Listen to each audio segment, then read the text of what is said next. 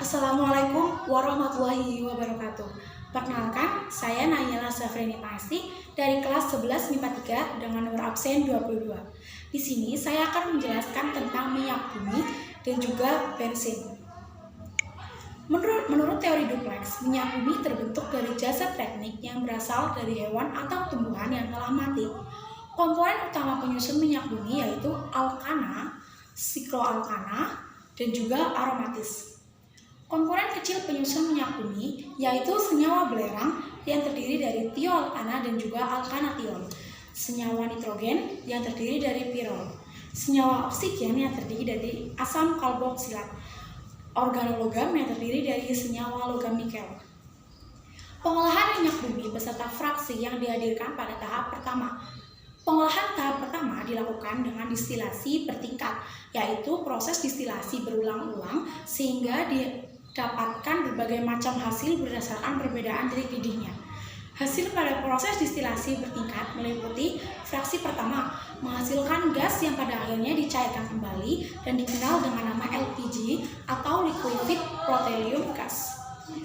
Fraksi kedua disebut dengan nafta atau gas bumi.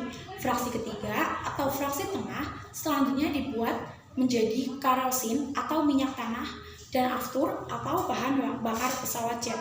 Fraksi keempat sering disebut dengan solar yang digunakan sebagai bahan bakar mesin diesel.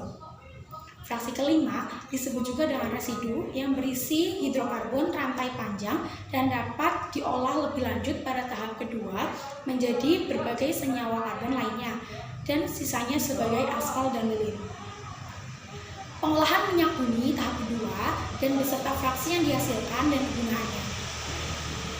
Perengkahan atau cracking dilakukan perubahan struktur kimia senyawa-senyawa hidrokarbon yang meliputi pemecahan rantai, alkilasi atau pembentukan alkil, polimerisasi atau penggabungan rantai-rantai karbon, reformasi atau perubahan struktur, dan isomerasi atau perubahan isomer.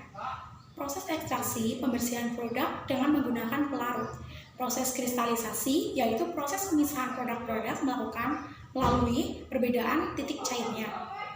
Pembersihan dari kontaminasi atau treating. Pembersihan dengan cara menambahkan soda kaustik atau N2 atau proses hidrogenasi. Bensin. Bensin merupakan campuran dari berbagai macam senyawa hidrokarbon. Bensin standar yaitu bensin yang dibuat dari senyawa N-heptana, isopropana 2,24-nitrimetilpentana. Angka yang digunakan untuk menunjukkan mutu bensin atau kualitas bensin sering disebut dengan angka oktan atau bilangan oktana. Semakin tinggi angka oktan bensin, semakin baik juga mutu dan kualitas bensin tersebut. Angka oktan bensin yang dijual di pasaran yaitu premium memiliki angka oktan sebesar 88. Pertalite memiliki angka oktan sebesar 90. Pertamax memiliki angka oktan sebesar 92 dan Pertamax Plus memiliki angka oktan sebesar 95. Zat anti knocking yaitu peningkatan angka oktan dengan menambahkan timbal atau tetraetil hingga rumus kimia PbC254. Cara ini efektif tetapi timbal sisa pembakarannya dapat mengendalikan mesin. Oleh karena itu, ini penggunaan timbal untuk meningkatkan angka oktan sudah ditinggalkan.